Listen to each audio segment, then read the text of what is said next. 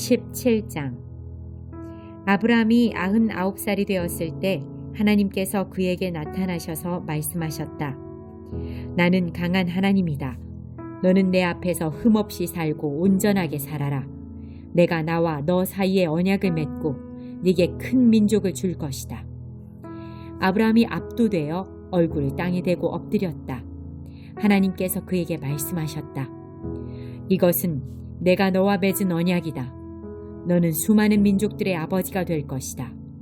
이제 너의 이름은 더 이상 아브람이 아니라 아브라함이다. 내가 너를 수많은 민족들의 아버지로 만들 것이기 때문이다. 내가 너를 아버지들의 아버지로 만들겠다. 네게서 여러 민족이 나오고 네게서 여러 왕이 나오게 하겠다. 내가 너와는 물론이고 너의 후손과도 영원토록 지속될 언약을 맺어 너의 하나님이 되고 너의 후손의 하나님이 되겠다. 네가 장막을 치고 있는 이 땅, 곧 가나안 땅 전체를 너와 너의 후손에게 주어 영원토록 소유하게 하고 나는 그들의 하나님이 될 것이다. 하나님께서 아브라함에게 계속 말씀하셨다. 너는 내 언약을 지켜야 한다. 너와 너의 후손이 대대로 지켜야 한다. 이것은 네가 지켜야 할 언약, 너의 후손이 지켜야 할 언약이다. 너희 모든 남자에게 할례를 행하여라.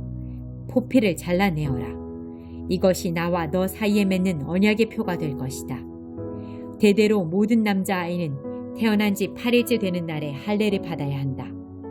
너희 집에서 태어난 종들과 이방인에게서 사온 종들도 너희 혈족은 아니지만 할례를 받아야 한다. 너희는 너희 자손뿐 아니라 밖에서 들여온 사람에게도 할례를 행하여야 한다. 그러면 내 언약이 너희 몸에 새겨져서 영원한 언약의 표가 될 것이다. 할례를 받지 않은 남자, 곧 포피를 잘라내지 않은 남자는 자기 백성 가운데서 잘려나갈 것이다. 그가 내 언약을 깨뜨렸기 때문이다. 하나님께서 또 아브라함에게 말씀하셨다. 너의 아내 사레를 더 이상 사레라고 하지 말고 사라라고 하여라. 내가 그녀에게 복을 주어 그녀가 너의 아들을 낳게 하겠다. 내가 반드시 그녀에게 복을 주어 그녀에게서 여러 민족이 나오게 하고 여러 민족의 왕들도 나오게 할 것이다. 아브라함이 얼굴을 땅에 대고 엎드린 채 웃으며 속으로 말했다. 100살이나 된 남자가 아들을 볼 수 있다고? 90살이나 된 사라가 아이를 낳을 수 있다고? 아브라함이 정신을 차리고 하나님께 아뢰었다. 이스마엘이나 하나님 앞에서 잘 살았으면 좋겠습니다. 하나님께서 말씀하셨다. 내 말은 그런 뜻이 아니다. 너의 아내 사라가 아들을 낳을 것이다. 너는 그 아이의 이름을 이삭이라고 하여라. 내가 그와는 물론이고 그의 후손과도 영원한 언약을 맺을 것이다. 이스마엘 말이냐? 네가 그를 위해 기도하는 것을 내가 들었다. 내가 그에게도 복을 주어 많은 자식을 낳아 큰 민족을 이루게 하겠다. 그는 12 지도자의 아버지가 될 것이다. 내가 그를 큰 민족이 되게 하겠다. 그러나 나는 내년 이맘때 사라가 낳을 너의 아들 이삭과 언약을 맺을 것이다. 하나님께서 아브라함과 말씀을 마치고 떠나가셨다. 그날 아브라함은 자기 아들 이스마엘과 집에서 태어난 종과 돈을 주고 사온 모든 종, 곧 자기 집안의 모든 남자를 데려다가 하나님께서 말씀하신 대로 그들의 포피를 잘라내어 할례를 행했다. 아브라함이 할례를 받을 때 그의 나이는 99살이었고 그의 아들 이스마엘이 할례를 받을 때 그의 나이는 13살이었다.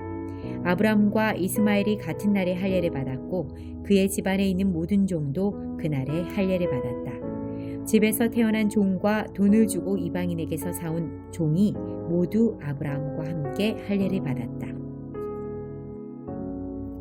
18장. 하나님께서 마므레의 상수리 나무숲 근처에서 아브라함에게 나타나셨다. 그때 아브라함은 장막 입구에 앉아 있었다. 몹시 뜨거운 한낮이었다. 아브라함이 고개를 들어보니 세 사람이 서 있었다. 그가 장막에서 뛰어나가 그들을 맞이하며 절했다. 아브라함이 말했다. 주님, 괜찮으시다면 잠시 이 종의 집에 머무시기 바랍니다. 물을 가져올 테니 발을 씻으시고 이 나무 아래에서 좀 쉬십시오. 제 곁을 지나가게 되셨으니 제가 음식을 가져오겠습니다. 원기를 회복하여 길을 떠나십시오. 그들이 말했다. 좋습니다. 그대가 말한 대로 하십시오. 아브라함이 급히 장막으로 달려가서 사라에게 말했다. 서두르시오. 가장 고운 밀가루 3컵을 가져다가 반죽하여 빵을 구우시오. 아브라함이 또 가축 우리로 달려가서 살진 송아지 한 마리를 골라 종에게 건네니 종이 곧 그것을 잡아 요리했다. 아브라함은 치즈와 우유와 구운 송아지 고기를 가져다가 그 사람들 앞에 차려놓았다. 그들이 식사하는 동안 아브라함은 나무 아래에 서 있었다. 그 사람들이 아브라함에게 말했다. 그대의 아내 사라는 어디 있습니까? 아브라함이 대답했다. 장막 안에 있습니다. 그들 가운데 한 사람이 말했다. 내년 이맘때 내가 다시 찾아오겠습니다. 그때에는 그대의 아내 사라에게 아들이 있을 것입니다. 사라는 그 사람의 바로 뒤 장막 입구에서 그 말을 듣고 있었다. 아브라함과 사라는 이미 나이 많은 노인이었고 사라는 아이를 가질 수 없는 나이가 훨씬 지난 상태였다. 사라가 속으로 웃으면서 말했다. 나처럼 늙은 여자가 임신을 한다고? 남편도 이렇게 늙었는데? 하나님께서 아브라함에게 말씀하셨다. 사라가 나처럼 늙은 여자가 아이를 갖는다고 하면서 웃는데 어찌 된 것이냐? 하나님이 하지 못할 일이 있느냐? 내가 내년 이맘때 돌아올 텐데 그때에는 사라에게 아이가 있을 것이다. 사라가 두려운 나머지 거짓말을 했다. 저는 웃지 않았습니다. 그러자 하나님께서 말씀하셨다. 아니다. 네가 웃었다. 그 사람들이 떠나려고 자리에서 일어나 소돔을 향해 출발했다. 아브라함은 그들을 배웅하려고 함께 걸어갔다. 그때 하나님께서 말씀하셨다. 내가 앞으로 하려고 하는 일을 아브라함에게 숨기겠느냐? 아브라함은 장차 크고 강한 민족이 되어 세상 모든 민족이 그를 통해 복을 받게 될 것이다. 그렇다. 내가 그를 택한 것은 그가 자기 자녀와 후손을 가르쳐 하나님의 생활 방식을 따라 친절하고 너그럽고 바르게 살게 하려는 것이다. 그리하여 하나님이 아브라함에게 약속하신 것을 이루려는 것이다. 하나님께서 계속해서 말씀하셨다. 소돔과 고모라의 희생자들이 울부짖는 소리가 내 귀를 먹먹하게 하는구나. 그 도시의 죄악이 너무 크다. 내가 직접 내려가서 저들이 하는 짓이 정말 내 귀에 들려오는 울부짖음처럼 악한지 알아봐야겠다. 그 사람들이 소돔을 향해 출발했으나 아브라함은 하나님의 길에 서서 그 길을 가로막았다. 아브라함이 하나님을 대면하여 아뢰었다. 진심이십니까? 죄 없는 사람들을 악한 사람들과 함께 쓸어버릴 작정이십니까? 그 도시에 의인 50명이 있다면 어떻게 하시겠습니까? 죄 없는 사람들을 악한 사람들과 함께 쓸어버리시겠습니까? 의인 50명을 봐서라도 그 도시를 용서하지 않으시렵니까? 저는 주께서 의인과 악인을 구별하지 않고 죽이실 것이라고는 생각하지 않습니다. 세상을 심판하신 분께서 공정하게 심판하셔야 하지 않겠습니까? 하나님께서 말씀하셨다. 소돔에 의인 50명이 있으면 내가 그들을 봐서 그 도시를 용서하겠다. 아브라함이 다시 아뢰었다.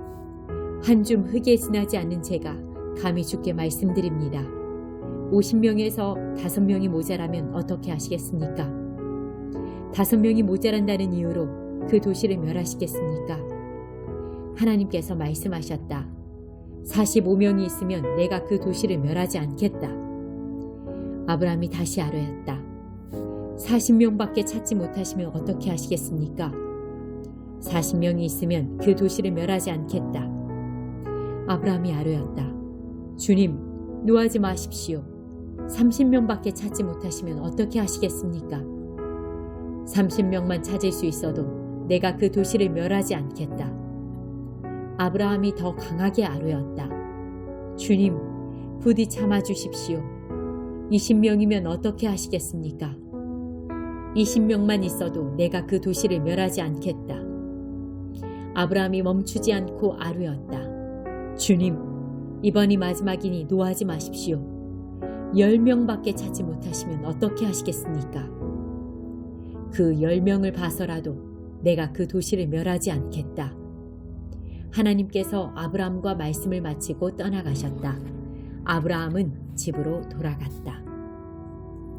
19장 저녁 때에 두 천사가 소돔에 도착했다. 롯은 그 도시 입구에 앉아 있었다. 그가 그들을 보고 일어나 맞이하면서 그들에게 엎드려 절하며 말했다. 두 분께서는 부디 저희 집에 오셔서 씻고 하룻밤 묵으십시오. 그러면 내일 아침 일찍 일어나 기운을 차리고 길을 떠나실 수 있을 겁니다. 그들이 말했다. 아닙니다. 우린 거리에서 자겠습니다. 그러나 롯은 거절하지 말라고 간청했다. 그들은 거절하지 못하고 롯을 따라 집으로 들어갔다. 롯이 그들을 위해 따뜻한 음식을 차리자 그들이 먹었다. 그들이 잠자리에 들기 전에 소돔의 남자들이 젊은이 노인 할 것 없이 사방에서 몰려와 롯의 집을 에워쌌다. 그러고는 롯에게 고함을 지르며 말했다. 오늘 밤 당신 집에서 머물려고 온 사람들이 어디 있소? 그들을 데리고 나오시오. 우리가 그들과 재미 좀 봐야겠소. 롯이 밖으로 나가 뒤로 문을 닫아 걸고 말했다. 여보시오. 제발 수치스러운 짓을 하지 마시오. 자, 내게 남자를 알지 못하는 두 딸이 있소. 내가 그들을 내줄 테니 그 아이들과 즐기고 이 사람들은 건드리지 마시오.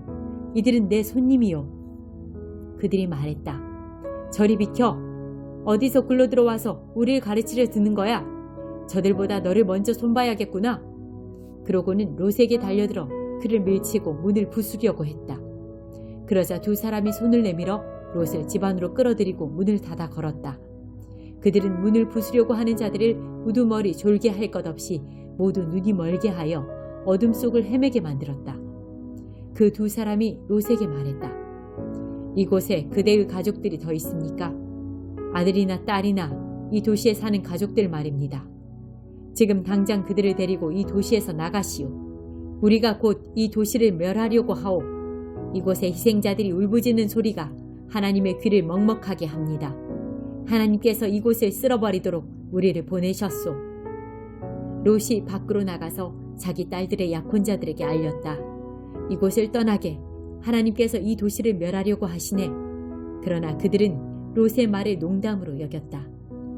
새벽이 되자 천사들이 롯을 떠밀며 말했다. 서두르시오. 너무 늦기 전에 그대의 아내와 두 딸을 데리고 이곳을 떠나시오. 그러지 않으면 이 도시가 벌을 받을 때 멸망하고 말 것이오. 롯이 꾸물거리자 그 사람들이 롯의 팔과 그의 아내와 딸들의 팔을 잡고 도시 밖 안전한 곳으로 데리고 나갔다. 하나님께서 그들에게 자비를 베푸셨다. 롯의 가족을 밖으로 데리고 나온 뒤에 그 사람들이 롯에게 말했다. 지금 당장 달아나 목숨을 구하시오. 뒤돌아보지 마시오. 평지 어디에서도 멈추면 안 됩니다. 산으로 달아나시오. 그러지 않으면 죽고 말 것입니다. 그러자 롯이 반대했다. 안 됩니다. 그렇게 하지 마십시오. 두 분께서는 저를 좋게 보시고 크나큰 호의를 베푸셔서 제 생명을 구해주셨습니다. 하지만 저는 산으로 달아날 수 없습니다. 산에 있더라도 끔찍한 재앙이 미쳐서 죽을지도 모릅니다. 저쪽을 보십시오. 저 성읍은 우리가 닿기에 가깝고 아무런 일도 닥치지 않을 만큼 작은 곳입니다. 저 작은 성읍으로 달아나 목숨을 건지게 해주십시오. 좋소. 그대가 그렇게 하겠다면 원하는 대로 하시오. 그대가 택한 성읍은 멸하지 않겠소. 하지만 서둘러 그곳으로 달아나시오. 그대가 그곳에 닿기 전에 내가 아무 일도 할 수 없소. 그리하여 그 성읍은 작은 성읍이라는 뜻의 소알이라 불리게 되었다. 롯이 소알에 이르렀을 때 해가 하늘 높이 떠 있었다. 그때 하나님께서 유황과 불을 소돔과 고모라의 비처럼 퍼부으셨다. 유황과 불이 하나님이 계신 하늘로부터 용암처럼 흘러내려서 두 도시와 평지 전체, 두 도시에 살고 있던 모든 사람과 땅에서 자라던 모든 것을 멸했다. 그러나 롯의 아내는 뒤를 돌아보다가 그만 소금 기둥이 되고 말았다.